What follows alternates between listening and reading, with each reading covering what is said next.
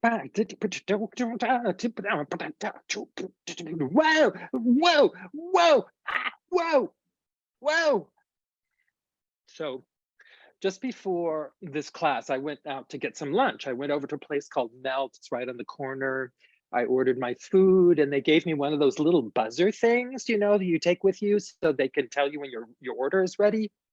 I sat out on the kind of the patio area outside the store in the sun and was working on the crossword puzzle and the spelling bee and the little buzzer went off and it startled me. And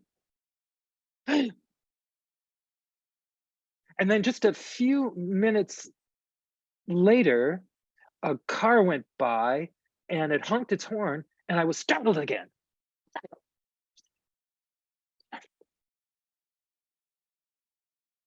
And then, of course, you start to think, well, you startled more than usual, or am I always startled this much, or am I really being startled about something else? It's not really that, and just, blah, blah, blah, blah, blah, blah. So I start, you can start, one can start making up,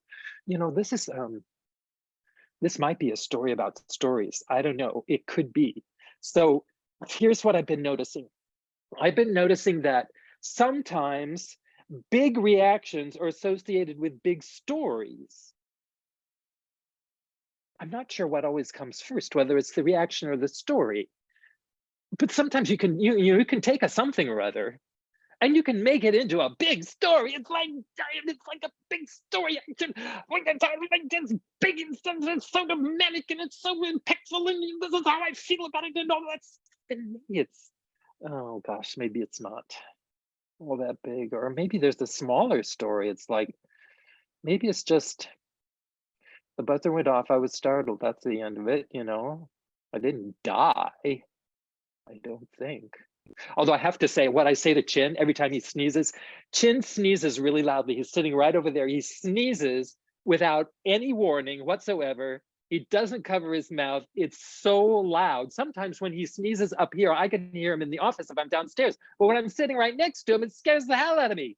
And I keep telling him, my life is getting shorter every time you sneeze.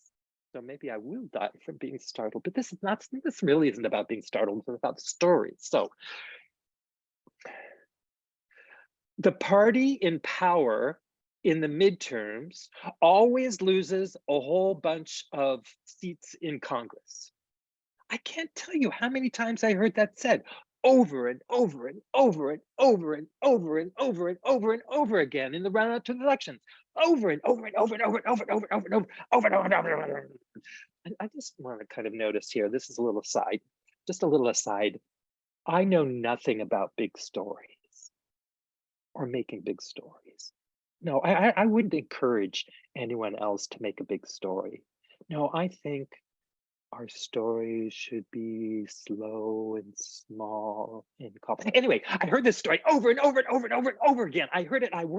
If I heard it once, I heard it 1,000 times. And then it turned out the story didn't fit because, of course, they were making up the story before anything had really happened. And then there's the inflation story. It's like that you say the word inflation, and immediately what comes to that is vote out the people who are in power. You don't even, no one even questions the story. Is that an appropriate story? Does that story even make sense? No, you just say inflation. Everybody's worried about inflation. So we must vote in the other way.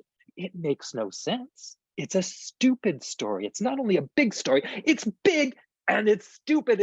It's stupider than the pockets in women's pants. That's how stupid it is. It's a really stupid story. So what is that with big stories?